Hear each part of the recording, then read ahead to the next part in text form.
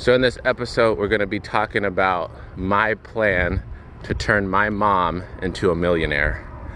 Let's go.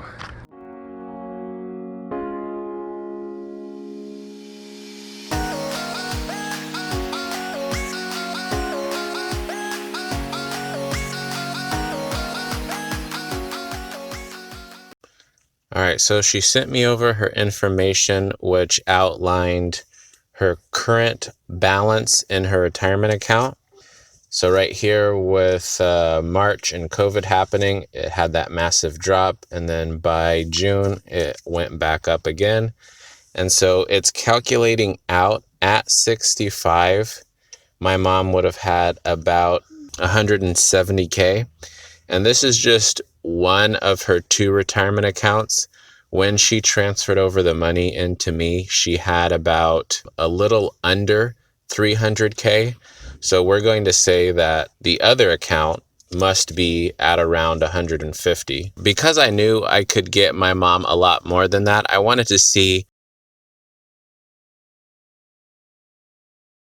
So if she's estimated to get about 170 at retirement, we can hypothesize that she would have about 340K for retirement. This is a retirement calculator, which shows you how much money you plan to have in retirement based off of inflation, based off of you taking monthly withdrawals and all that stuff. Link in the description. So let's just say the market went super crazy good and she happened to have 450K at retirement. She's withdrawing and paying herself $2,500 a month with inflation at 2%, and her funds will still get about 8%. She's going to be taxed at the 22%, and we're going to see what would happen yearly. Okay, so we hit calculate. Her money would last about 24 years. At 89, you'd basically have no money. So Lord willing, my mom lives that long, she'd have to be looking for some sort of supplemental income at 89, which is not cool because nobody wants to be working at that time. We took 168K, multiplied by 2 and got 336K. And let's say we're being more conservative in our monthly withdrawals and we're only withdrawing 2,000. We're doing a 2.8 for inflation. 19 years is how long it would last. My mom has to go back into looking for some sort of work at 84. And again, we're not going to be relying on Social Security because nobody knows what's happening with that. Here's my plan. I'm going to be getting my mom $1 million, and I want her to be balling out of control because this is her retirement. So she's at $4,000 a month. Everything's the same.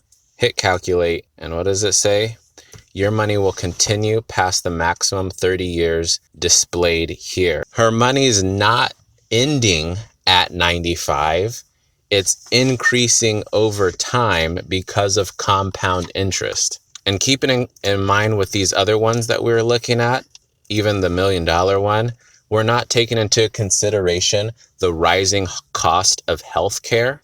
Scrolling down here a little bit more, I saw that this is what her fund is. And so I said, okay, it's not showing me expense ratio. So what did I do? Copy, paste, Google. It comes up with this. We look at the description.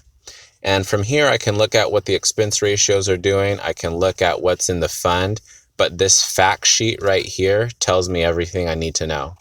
So clicking on the fact sheet, boom, an expense ratio of 0.79, folks. Look at these returns, 8% average, 6% horrible, 7% average, 10-year, 7%. All of this is pretty mediocre and average. So if I'm getting average returns, I do not want an expense ratio that is quadruple, quintuple. I don't even know what multiple this is, a fund that I can get with one of the fiduciaries. So within this account, look at this. This is ridiculous. This account right here, I wonder if she has this expense ratio to deal with and then all the expense ratios of these funds to deal with.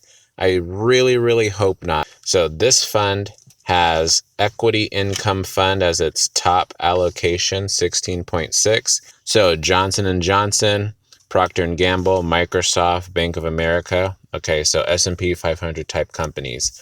The next fund, Amazon, Facebook, Alphabet, Microsoft, Apple. This is bond.